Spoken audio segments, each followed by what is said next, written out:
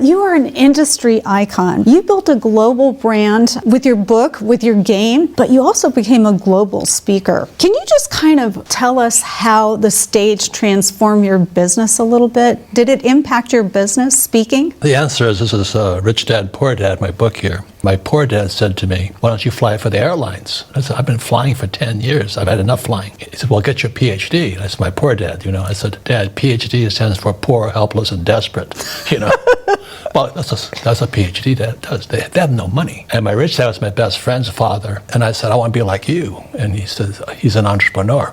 And he has no education at all. So he had to learn, from the streets. So he was street smart.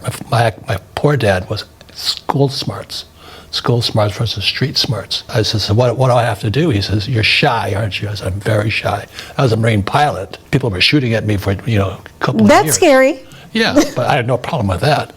But I couldn't handle rejection. He kept saying, he says, "Robert, you have to learn how to sell." I'm going, "I don't want to, because I'm so afraid." He says, "How's your sex life?" I said, "Zero." He says, "Because you can't sell." Well, they say sex sells, Robert. And he says, "So if you're going to be an entrepreneur, you've got to learn to sell, and you've got to learn to speak. Those are the key basics of an entrepreneur." So you look at, you see them on stage like Zuckerberg and Steve Jobs and all that, they have to speak.